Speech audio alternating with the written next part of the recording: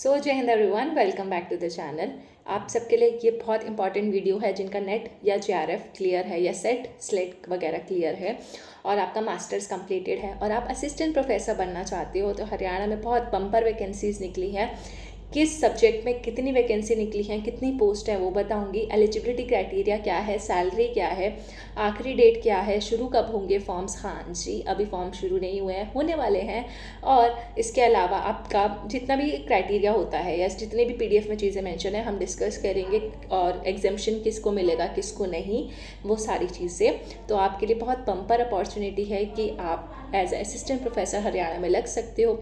अगर आप हरियाणा के ही हो तब आपके लिए क्या क्या बेनिफिट्स हैं वो बताऊंगी, लेकिन अगर आप दूसरे स्टेट से हो तब भी आप अप्लाई कर सकते हो। तो यस, सो हम ये सारी चीज़ें डिस्कस करेंगे आज के लेक्चर में। नॉट अ लेक्चर बट एक छोटा सा वीडियो जो आपको हेल्पफुल होगा। और मुझे लगता है कि अगर आप हरियाणा के आसपास वाले इलाके में रह रहे हो तो आपको पक्का से ये फॉर्म भरना चाहिए। वैकेंसीज भी अच्छी हैं और आपको बस एग्ज़ाम की तैयारी क्या है, आपका सिलेबस क्या होगा, क्या क्या पेपर में आएगा, क्योंकि असिस्टेंट प्रोफेसर का एग्ज़ाम होगा उनका अलग से। तो आपको एग्ज़ाम देना होगा, फिर इंटरव्यू में आपका कितना वेटेज मिलेगा, selection criteria and all that stuff. ठीक है, और फॉर्म्स कितने रुपए का है, कितना आपको पैसे पे करने पड़ेंगे, वो सारी चीज़ें बताऊंगी। इसके अलावा आपको पीएचडी में एडमिशन के लिए जो आप तैयारी कर रहे हो, आपका पीएचडी में एडमिशन नहीं भी है तभी भी आप यहाँ पे फॉर्म भर सकते हो। सो ये जो नोटिफिकेशन था ये पहले 2 अगस्त 2024 को आ चुका था। लास्ट डेट इसकी 2 सितंबर थी, लेकिन अब जैसे नेट जेआरएफ का रिजल्ट अनाउंस हुआ तो उसके बाद उन्होंने फिर से डेट चला दिया। अब 6 से लेकर 12 नवंबर तक ये फॉर्म्स खुलेंगे, मतलब 6 नवंबर से ये फॉर्म्स चालू हो जाएंगे, 12 नवंबर तक आपको भरने को मिल जाएगा एचपीएससी असिस्टेंट प्रोफेसर के लिए। और यहाँ पे देखें तो ये एडवर्टाइजमेंट नंबर कौन सा 42 to 67। अगर आपने अगस्त में ये सेम फॉर्म भर दिया है तो दोबारा मत भरना। वैकेंसीज कितनी है, 2424 वैकेंसीज है। शाम 5 बजे तक आप ये फॉर्म भर सकते हो। इसके अलावा अब इसको नोटिफिकेशन पढ़ लेते हैं। इसका बेसिकली एलिजिबिलिटी क्राइटेरिया क्या है, आपका पीजी मतलब आपका मास्टर 55% से होना चाहिए और नेट क्वालिफाइड होना चाहिए। या फिर अगर आपके पास पीएचडी डिग्री है तो भी बहुत अच्छी बात है। अब कितनी वैकेंसीज निकली है अभी थोड़ी देर में देखेंगे, किस कौन से में क्या क्या निकली है। एग्जामिनेशन पैटर्न कैसा रहेगा आपका, एक पहले आपका स्क्रीनिंग टेस्ट होगा, फिर सब्जेक्ट नॉलेज टेस्ट होगा और फिर इंटरव्यू होगा। तो पहले स्क्रीनिंग में ही आधे लोग छट जाएंगे, स्क्रीनिंग टेस्ट जो पास नहीं कर पाए। फिर सेकंड स्टेज आपका सब्जेक्ट नॉलेज, यानी कि आपका जो भी पेपर 2 था नेट जेआरएफ में वही आपका यहाँ पे सब्जेक्ट नॉलेज, और उसका सिलेबस आपको वेबसाइट पे मिलेगा। फिर इंटरव्यू, फिर आपका इंटरव्यू क्लियर हुआ, डॉक्यूमेंट वेरिफिकेशन और मेडिकल एग्जामिनेशन। तो यहाँ जहाँ आपको अप्लाई ऑनलाइन दिख रहा है यहाँ पे आपको लिंक देखने को मिलेगा। अभी यहाँ पे लिंक अवेलेबल नहीं है, 6 तारीख को ये लिंक अवेलेबल होगा। अब देख लेते हैं वैकेंसी। तो भाई बहुत बम्पर वैकेंसी लिखी है, जैसे बटानी में जनरल की 50 है, एससी की 19, बैकवर्ड क्लासेस में जो ओबीसी है इसमें भी देखो ओबीसी में 2 है, एक बीसीए आता है एक बीसीबी आता है। अब जिनका है आपको पता होगा कि आपका कौन सा है। ये यहाँ पे ईडब्ल्यूएस में 998 टोटल सीट्स निकली है बटानी में। ठीक है, वैसे ईएसएम हॉरिजॉन्टल देखें तो यहाँ पे पर्सन विद डिसेबिलिटी या पीडब्ल्यूडी के लिए कितनी सीट्स हैं, उसके अंदर भी अलग अलग क्राइटेरिया करते हैं। फिर केमिस्ट्री में आपको वैसे 123 सीट्स है, आप अपने जनरल एससी एससी के अकॉर्डिंग देख सकते हो। कॉमर्स में 153 है, कंप्यूटर साइंस में 26 जनरल के लिए निकली है, total 47। Defence studies 23, economics 43 seats, very very अच्छी सीट्स निकली है, काफी ज्यादा। इंग्लिश में 613 सीट्स निकली है। जनरल वालों की देखो कितनी है, 312। तो आपको इंग्लिश की हो तो पक्का भरना चाहिए। बहुत मतलब अच्छा खासा कंपटीशन भी होगा, लेकिन आपका स्कोप भी अच्छा होगा यहाँ पे। इन्वायरमेंटल साइंस में 6, टोटल 7 सीट्स हैं, एससी के लिए 1, और अपना ये देख लो कि ईडब्ल्यूएस बैकवर्ड क्लासेस से बिलोंग करते हो तो एक भी सीट नहीं है आपके लिए। देन फाइन आर्ट्स में 2 है।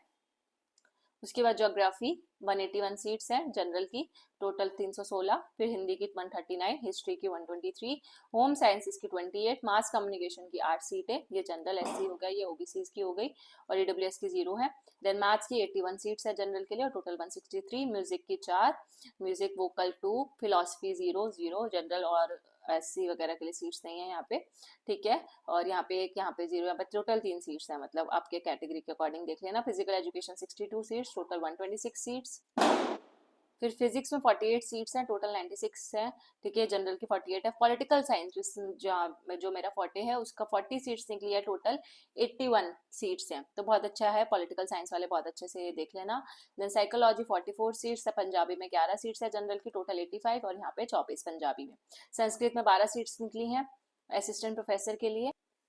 टूरिज्म में 0 है यहाँ पे SC ST OBC सबका 0 है, यहाँ EWS की एक सीट है बस, ठीक है। और जूलॉजी में भी काफ़ी ज़्यादा सीट्स है, 47 और ये 91।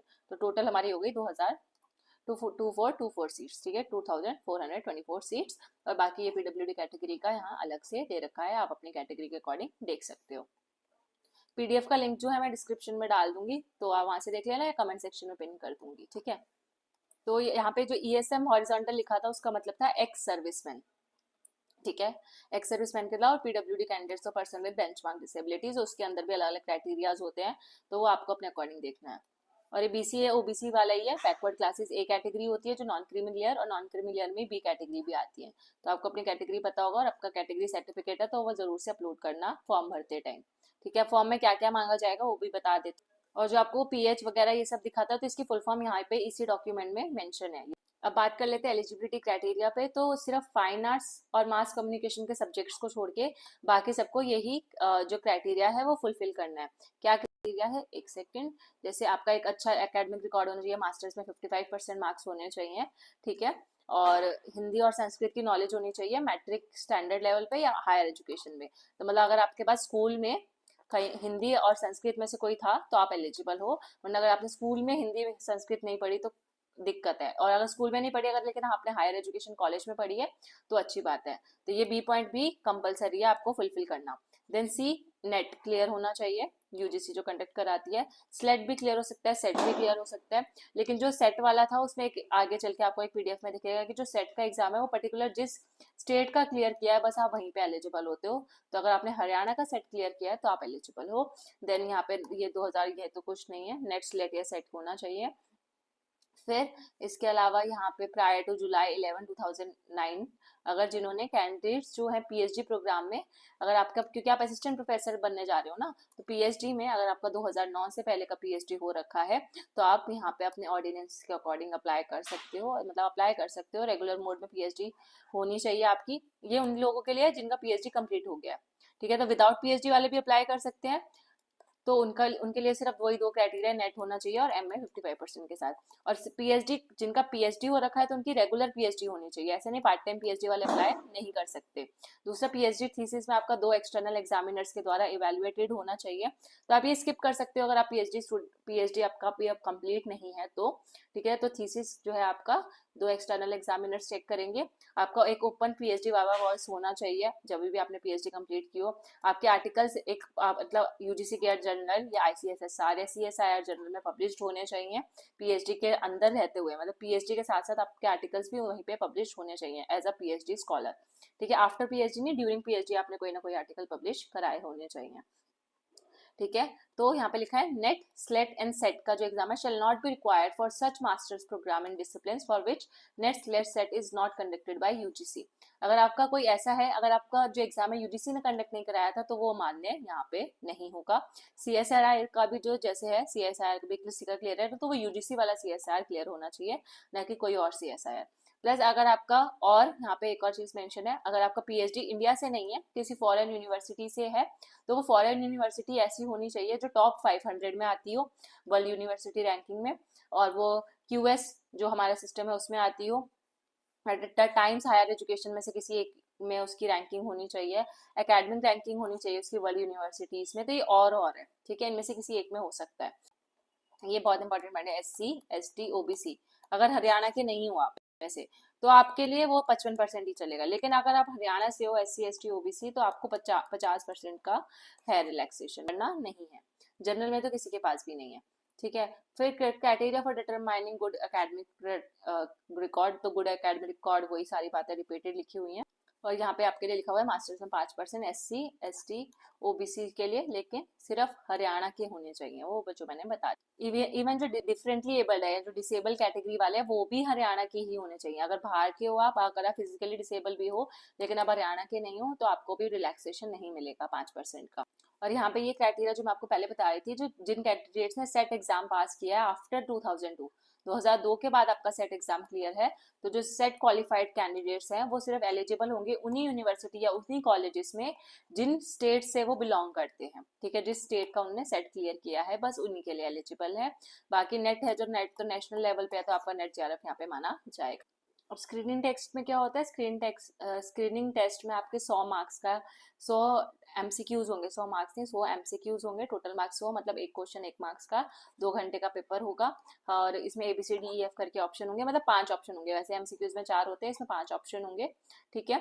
If a candidate is attempting a question she should have darken the appropriate circle. और ये तो आप जब स्क्रीनिंग टेस्ट दोगे तो वहाँ पे सारे आएगा ही। और 1/4 की नेगेटिव मार्किंग भी है यहाँ पे। फिर अगर कौन कौन से सब्जेक्ट सिर्फ इंग्लिश में अवेलेबल है, तो बोटानी, computer science, defence studies, environmental science, chemistry, home science, maths, physics और जियोलॉजी, इनका जो स्क्रीनिंग टेस्ट होगा सिर्फ इंग्लिश लैंग्वेज में होगा। वेयर एज इंग्लिश और हिंदी दोनों में कौन से अवेलेबल है, तो यहाँ पे पॉलिटिकल साइंस भी है, psychology, philosophy, tourism, physical education, history, economics, fine arts. तो यहाँ पे इंग्लिश और हिंदी मीडियम दोनों के लिए सुविधा है क्वेश्चन पेपर में। तो आपको इसका पेपर मतलब हिंदी मीडियम में भी मिलेगा, यहाँ पे सिर्फ इंग्लिश में ही मिलेगा। देन अब बात करें लैंग्वेज सब्जेक्ट की, तो लैंग्वेज सब्जेक्ट्स जो होंगे जैसे आपके इंग्लिश, हिंदी, संस्कृत और पंजाबी, वो आपके रिस्पेक्टिव लैंग्वेज में ही आपको क्वेश्चन पेपर मिलेगा, जो लैंग्वेज आप चूज करोगे। ठीक है।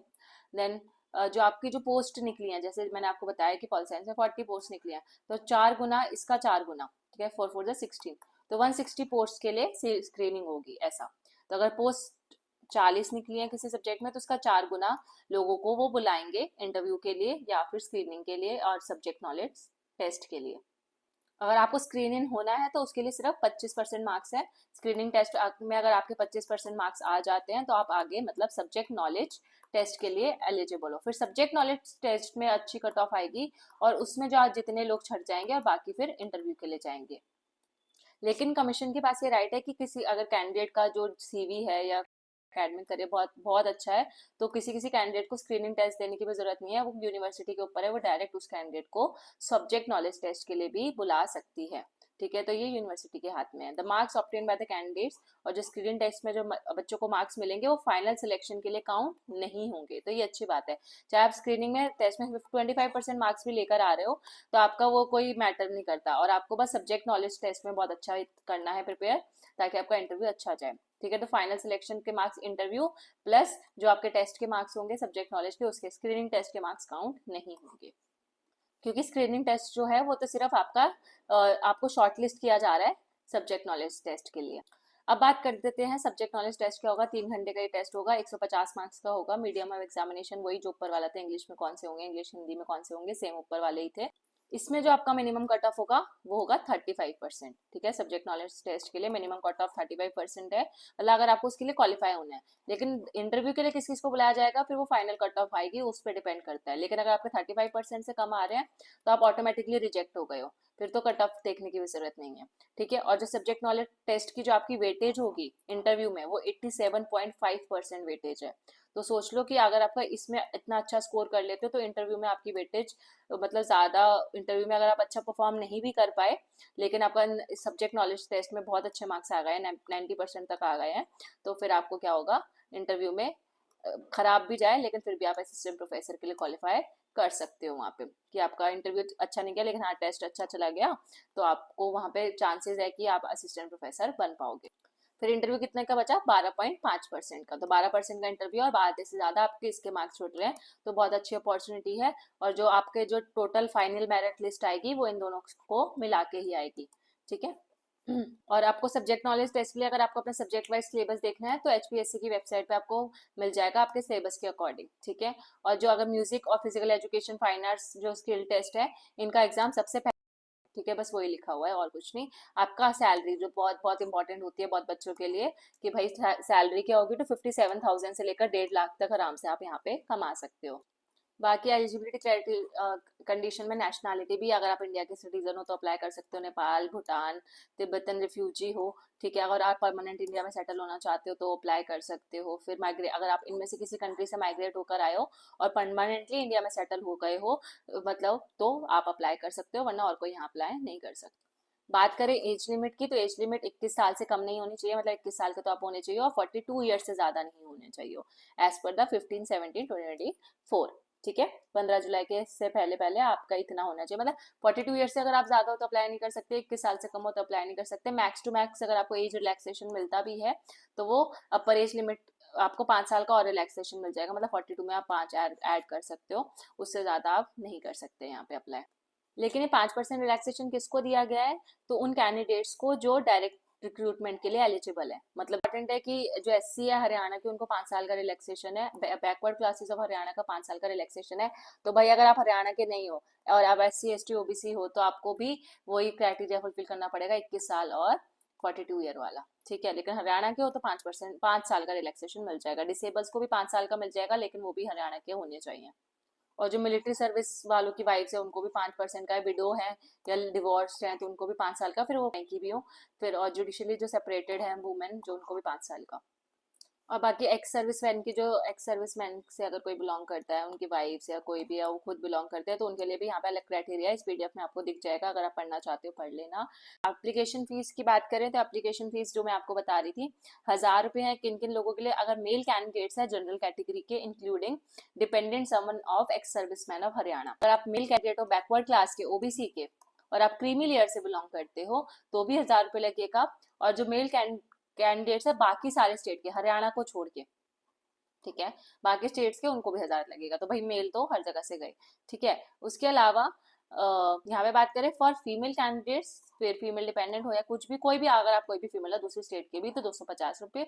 और अगर आप मेल फीमेल हो एससी ओबीसी, यहाँ पे ओबीसी में बीसी जो नॉन क्रीमी लेयर कैटेगरी है, या बीसी बी नॉन क्रीमी, ये तो क्रीमी लेयर वाला हो गया। क्रीमी लेयर है तो 1000, लेकिन नॉन क्रीमी लेयर हो तो आपके लिए भी 250 है, लेकिन आप हरियाणा के ही होने चाहिए, ठीक है। अगर हरियाणा के आप एससी एसटी ओबीसी हो तो आपके लिए 250 है, बाहर के हो तो 1000 रुपये है, ठीक है। बाकी इकोनॉमिकली वीकर सेक्शंस के लिए भी 250 होगा। और नील है, नील मतलब यहाँ पे कोई भी फीस नहीं लग रही है, जिसकी 40% से ज्यादा डिसेबिलिटी है और एटलीस्ट 40% है बेसिकली, और पीडब्ल्यूडी है वो, ठीक है। बाकी लास्ट में बस डॉक्यूमेंट्स देख लेते हैं, आपकी खुद की फोटो, सिग्नेचर, 10th-12th की marksheet, graduation, post graduation, MPhil, PhD, इन सबका, नेट जेआरएफ में से जो भी सर्टिफिकेट है वो लगाना है। हरियाणा का जो एससी का सर्टिफिकेट होना चाहिए, जो भी आपका, जो भी आप कैटेगरी से बिलोंग करते हो जनरल को छोड़ के, उसका सर्टिफिकेट। और अगर आपको रिजर्वेशन के बेनिफिट्स चाहिए तो परिवार पहचान पत्र भी आपको लगाना पड़ेगा डॉक्यूमेंट्स पे फॉर्म फिल करते टाइम। हरियाणा का डोमिसाइल सर्टिफिकेट चाहिए होगा कि आप वही हरियाणा के रहने वाले हो, अगर आप वहाँ के हो तो, ठीक है। फिर प्रूफ होगा, आपके एड्रेस प्रूफ होगा हरियाणा गवर्नमेंट का, ये सब टीचर इन एजुकेशन डिपार्टमेंट का प्रूफ होना चाहिए। अगर आप कहीं पढ़ा रहे हो एज अ, तो वहाँ पे आप उसका प्रूफ लगा सकते हो। पर ये उन कैंडिडेट्स के लिए जो 50 साल के हो गए हैं और उनको मतलब 42 से ज़्यादा किया और उनको 50 साल तक का एज रिलैक्सेशन चाहिए, तो आप प्रूफ लगा सकते हो कि आप एजुकेशन डिपार्टमेंट में एज अ टीचर पढ़ा रहे थे। बाकी आपकी एमए या एमएससी की मार्कशीट और डिग्री, पीएचडी की डिग्री या मार्कशीट, जो भी आपका होता है थीसिस का, ठीक है। अगर आपके पास डिग्री है तो, नहीं है तो कोई बात नहीं, सिर्फ बिना पीएचडी वाले भी अप्लाई कर सकते हैं। और बाकी तो कुछ नहीं है ज़्यादा है प्रिंसिपल, ये तो उनके लिए है जिन जो कहीं काम कर रहे हैं, तो इनको एनओसी वगैरह लगाना पड़ेगा कि कहीं आप काम कर रहे हो तो एनओसी लगाना है, या आप कहीं हरियाणा में कहीं आपने पढ़ाया है वहाँ पे बोर्ड में, तो उसका आपको प्रिंसिपल वगैरह से या पंचायत ऑफिसर से लेना पड़ेगा सर्टिफिकेट, ठीक है। बाकी तो स्क्राइब की बात कर रखी है पीडब्ल्यूडी कैटेगरी के लिए, सो जिनको देखना है वो आप यहाँ देख सकते हो। और विड्रॉल नहीं करा सकते आप एप्लीकेशन, ये 2 अगस्त को आया था नोटिस, ठीक है। और यही नोटिस अब एक्सटेंड हो गया 12 नवंबर तक, 6 नवंबर से फिर से रीओपन हो जाएगा। तो ये वो सारी इंस्ट्रक्शन उसी टाइम पे लिखे हुए हैं, सो मैंने आपको बता दिए। आई होप अब आपको कोई इसमें दिक्कत परेशानी दुख पीड़ा नहीं होगी। अगर फिर भी कुछ क्वेरी है तो आप कमेंट सेक्शन में पूछ सकते हो, या फिर मेरा टेलीग्राम ग्रुप ज्वाइन कर सकते हो ऐसी मोर अपडेटेड इन्फॉर्मेशन के लिए। learningmantra.vv के नाम से मेरा ग्रुप है, लिंक डिस्क्रिप्शन में आपको मिल जाएगा। So thank you so much for watching, मिलते हैं नेक्स्ट लेक्चर में। Stay tuned, bye bye.